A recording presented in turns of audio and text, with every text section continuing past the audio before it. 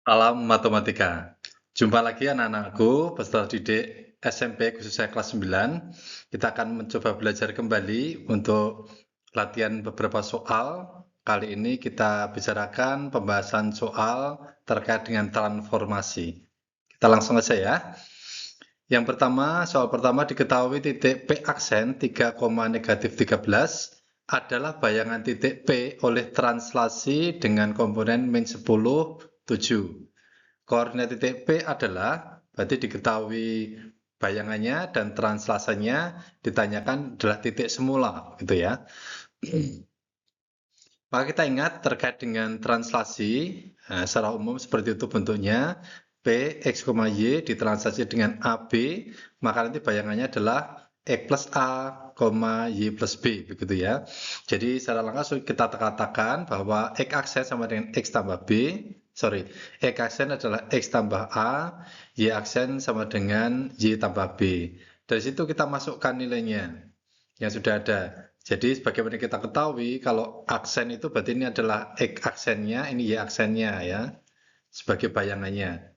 Kita tanyakan X dan Y-nya, berarti menanyakan X dan Y.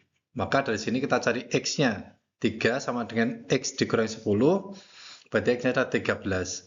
Demikian Y-nya, Y aksen sama dengan Y tambah B, Y aksennya negatif 13, B-nya adalah 7. Berarti Y-nya adalah negatif 20. Sehingga dengan demikian kita dapatkan koordinat titik B adalah 13, negatif 20. Ya, kalau mau dengan menggunakan cara yang lain yang tidak perlu panjang, bolehlah kita mengatakan bahwa P ditambah T sama dengan P aksen gitu ya. Titik P ditambah dengan translasinya sama dengan bayangannya. Sementara yang ditanyakan adalah P, berarti P sama dengan P aksen dikurangi T. Kita masukkan nilai-nilainya, kita tulis dalam bentuk matrik kolom begitu. P aksennya 3 min 13, T-nya adalah negatif 10,7. Ya, atas dengan atas, bawah dengan bawah. 3 dikurangi negatif 10 jadi 13, negatif 13 dikurangi 7 negatif 20. Jadi bayangannya adalah titik semula adalah 13, negatif 20. Berikutnya soal nomor 2. Bayangan dari titik D negatif 3,5 jika direfleksikan atau dicerminkan terhadap sumbu Y adalah, ingat terkait dengan pencerminan terhadap sumbu Y. Ya, secara umum gambarnya seperti ini.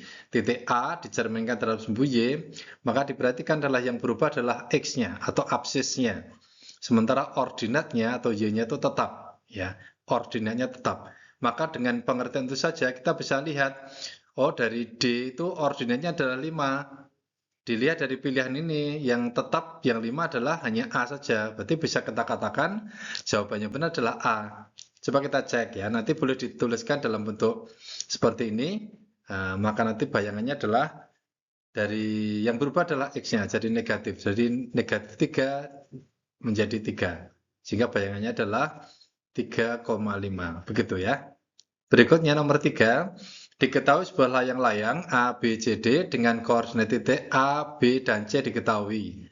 Bayangan titik D jika bangun layang-layang tersebut direfleksikan terhadap garis X sama dengan 4 adalah, ya, dari sini kita harus tahu dulu koordinat titik D ya. Kita cari dulu koordinat titik D supaya lebih mudah nanti kita buat, kalian bisa buat sketsa secara cepat begitu sehingga nanti D-nya bisa dapat diketahui secara jelas. Saya bantu dengan GeoGebra, maka titik A di situ, titik B di situ sudah ketahui, C-nya juga sama, 3,1, maka D-nya ada di situ, supaya jadi bentuk layang-layang, begitu ya, sehingga koordinat titik D-nya adalah negatif 1,3. Nah, kemudian dicerminkan terhadap garis X sama dengan 4, X sama dengan 4 itu sejajar dengan sumbu Y. Sejajar dengan sumbu Y berarti Y-nya tetap ya. Y-nya tetap berarti Y-nya harusnya 3. Yang-nya 3 ada ini Y-nya 3, Y-nya 3, Y-nya 3. Oh, yang ini yang 3 yang D. Nah, tetapi kita cari yang absisnya, ordinatnya ya. Caranya sama, kalau dengan dicerminkan terhadap garis X sama dengan A, bayangannya adalah 2 kali cermin dikurangi X semula. Y-nya tetap. Ya. Sehingga kalau kita masukkan nilainya, negatif 1,3, 2 dikali cermin, 2 dikali 4 dikurangi dengan negatif 1, X-nya. 2 dikurangi 4, 8. 8 dikurangi negatif 1 di 9. Sehingga hasilnya adalah 9,3. Itu bayangan titik D-nya. Sehingga jawabannya adalah yang B. Lanjut, nomor 4. Perhatikan gambar kincir ria atau biang lala berikut. Perhatikan ada 20 tempat duduk. Kemudian jika tempat duduk 20 itu diputar 90 derajat, putarannya 90 derajat, arahnya adalah berlawanan dengan arah putar jarum jam, maka menempati nomor berapa? Nah, maka kita lihat dulu. Pertama adalah perputaran itu, berlawanan dengan arah putar jarum jam. Nomor 20 ada di situ, kalau diputar berlawanan arah, maka arahnya ke sana. Ya, arahnya berlawanan arah ke situ. Ya, kemudian di sana ada beberapa juring-juring begitu. Berapa besarnya sudut pusatnya, maka kita cari tahu dari mana dapatnya. 360 derajat dibagi 20, ketemu 18 derajat. Sehingga setiap juring-juring itu sudut pusatnya 18 derajat. Padahal ditanyakan 90 derajat. Kalau 90 derajat berarti berapa luasan, berapa juring gitu ya. Maka kita hitung 90 derajat dibagi 18 derajat ketemu 5. Sehingga dari 20 kita jalankan berlawanan dengan arah putar jarum jam sejauh 5 satuan. 1, 2, 3, 4, 5. Maka berada di kursi nomor 5. Begitu. Sehingga jawabannya 5. Ya. Kita lanjutkan ke nomor 5. Tentukan benar atau salah dari pernyataan berikut. Di sana ada 3 pernyataan, berarti sama saja kita menjawab 3 soal, gitu ya. Yang pertama titik K, negatif 4, negatif 7, dicerminkan terhadap garis X sama dengan 1. Dicerminkan garis X sama dengan 1, sejajar dengan sumbu Y, berarti Y-nya tetap. Oh ternyata tetap benar, ya sudah. Nah, kita cari yang X-nya, absisnya. Mari kita selesaikan. Sebagaimana kita tahu tadi, bayangannya adalah 2 dikali cermin dikurangi X semula. 2 dikali 1 dikurangi dengan X semula. X semula adalah negatif 4. 2 ditambah 4 ketemu 6. Y aksennya tetap. Sehingga koordinatnya benar 6, negatif 7. Sehingga pernyataan 1 kita nyatakan pernyataan bernilai benar.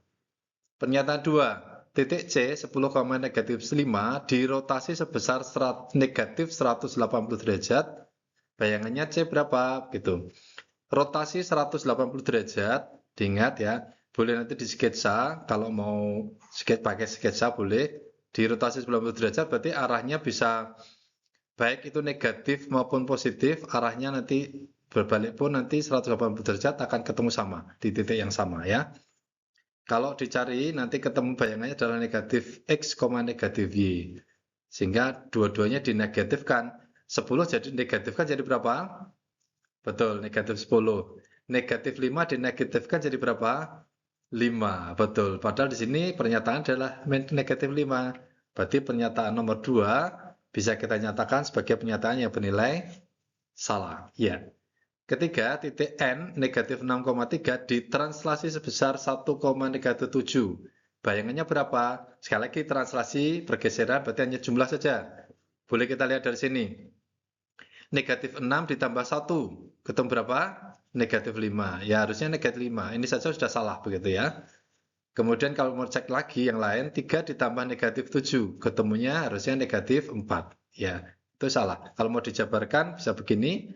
Ya, ketemunya sama. Negatif 5, negatif 4. Maka pernyataan yang ketiga adalah pernyataan bernilai salah. Baik. Yang terakhir, nomor 6. Perhatikan gambar. Gambar tersebut ada keterangannya, segitiga A aksen, B aksen, C aksen adalah bayangan dari segitiga ABC, dan segitiga A double aksen, B double aksen, C double aksen adalah bayangan dari segitiga A aksen, B aksen, C aksen.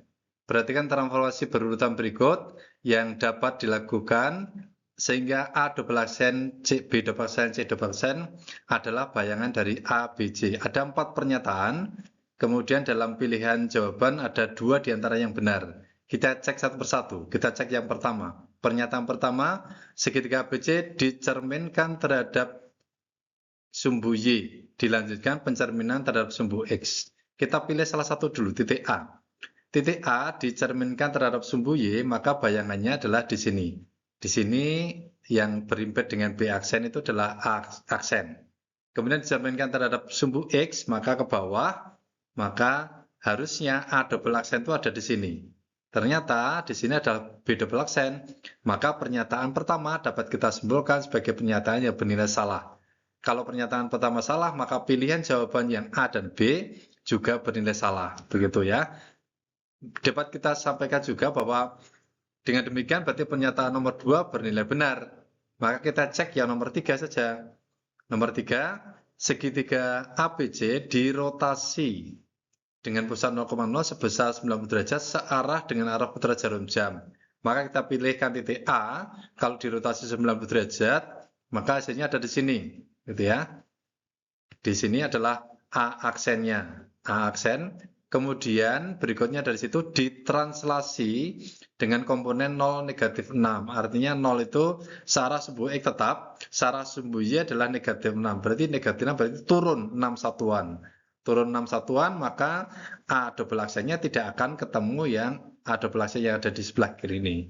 Sehingga dapat kita simpulkan bahwa pernyataan ketiga juga pernyataan yang bernilai salah. Demikian, pilihan jawaban yang C juga bernilai salah, sehingga pilihan yang benar adalah yang D, begitu. Namun untuk belajar, baik kalau kita coba cek juga nomor 2 dan 4. Pernyataan nomor 2, titik ABC dirotasi dengan pusat 0,0 sebesar 270 searah dengan jarum jam. Kita pilih satu titik saja, titik A ya. Titik A kalau dirotasi searah jarum jam dengan besar 270, maka bayangannya jadi sini. Jadi A aksen ini, tepat di situ. Kemudian berikutnya dilanjutkan dengan pencerminan terhadap sumbu X. Pencerminan terhadap sumbu X maka ke bawah. Jadinya adalah A double aksen, pas di sini. Maka benar ya. Pernyataan keempat, segitiga ABC dirotasi dengan pusat 0,0 sebesar 90 derajat berlawanan dengan arah putar jarum jam. Maka kalau berlawanan, maka arahnya nanti jadinya ke sana. Ya. Titik A, jadi A aksen ini pas tepat di situ. Dilanjutkan dengan pencerminan terhadap garis Y sama dengan 0. Garis Y sama dengan 0 itu sama dengan sumbu X ya. Sehingga kalau A aksen dicerminkan terhadap sumbu X, jadinya adalah A double aksen. Di situ juga. Begitu ya. Ya, dengan demikian kita sudah menyelesaikan 6 soal transformasi. Semoga bermanfaat. Sukses untuk TKA tahun ini. Terima kasih.